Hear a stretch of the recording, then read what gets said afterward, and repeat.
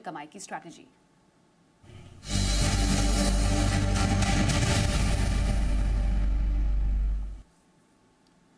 स्वागत करते हैं जी बिजनेस के मैनेजिंग एडिटर अनिल सिंघवी का। Anil sir, good morning.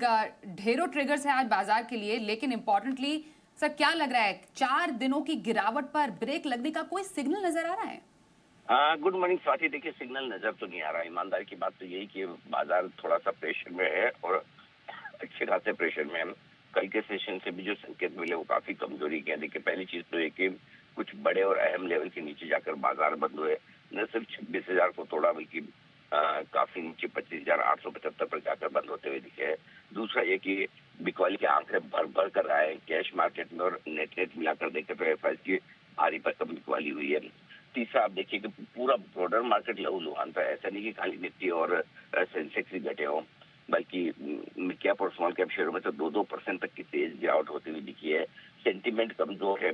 ऊपर से ये ट्रम्प साहब के स्टेटमेंट हर रोज कुछ न कुछ जो आ रहे हैं, चाहे वो भारत पर सीधे हों या फिर इनडायरेक्टली दुनिया भर के बाजारों के लिए हो, दोनों तरीके से खराब है। कल न्यूयॉर्क टाइम्स में जो उन्होंने इंटरव्यू दिया, इंटरव्यू में भी ऐसी ऐसी बातें बोली, आप पढ़ेंगे सुनेंगे तो दंग रह जाएंगे। मतलब वो कुछ अलग ही डायरेक्शन में बात कर रहे हैं, अलग ही डायरेक्शन में काम करते हुए दिख रहे हैं। तो ये सारी चीजें क्या है, ग्लोबल मार्केट्स में अनिश्चितता पैदा कर रही है, और हमारे यहाँ तो ऑलरेडी एफआईएस की बिकवाली का दबाव है।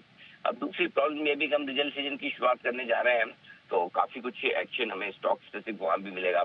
अगर जरा भी रिजल्ट गड़बड़ आए तो फिर वो एक डर और है। हालांकि उम्मीद है कि रिजल्ट ठीक रहने चाहिए, दूसरी तिमाही के मुकाबले में तीसरी तिमाही के थोड़े बेहतर होने चाहिए, लेकिन आते हैं या नहीं आते वो देखने वाली बात है। तो ये सारे संकेतों के बीच में मामला तो ठंडा ही है।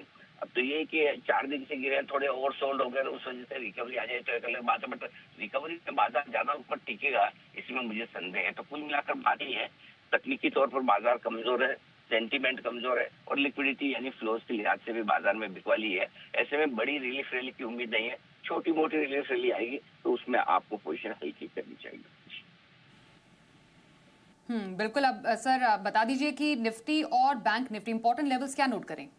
अब क्योंकि कल हमने 25,875 के आसपास की क्लोजिंग दी, अब जो अगला सपोर्ट रेंज निफ्टी का है, जो ठीक ठाक सा ढंग का सपोर्ट कह सकते हैं, वो है 25,675 से लेकर 25,815। ये वो रेंज है जहां पर आपको बाजार सपोर्ट लेने की कोशिश करेगा, और ऊपरी स्तरों पर 25,975 से लेकर 26,125, ये वो रेंज है जहां पर बाजार जाकर रुकता हुआ आपको नजर आएगा। 59,150, 59,350 बैंक निफ्टी पर अगला मजबूत बड़ा सपोर्ट है।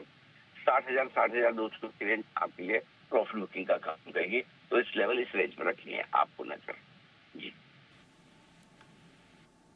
जी बिल्कुल बिल्कुल। तो ये इंपॉर्टेंट लेवल्स नोट कर लिए सर। धन्यवाद हमसे बातचीत करने के लिए। थोड़ी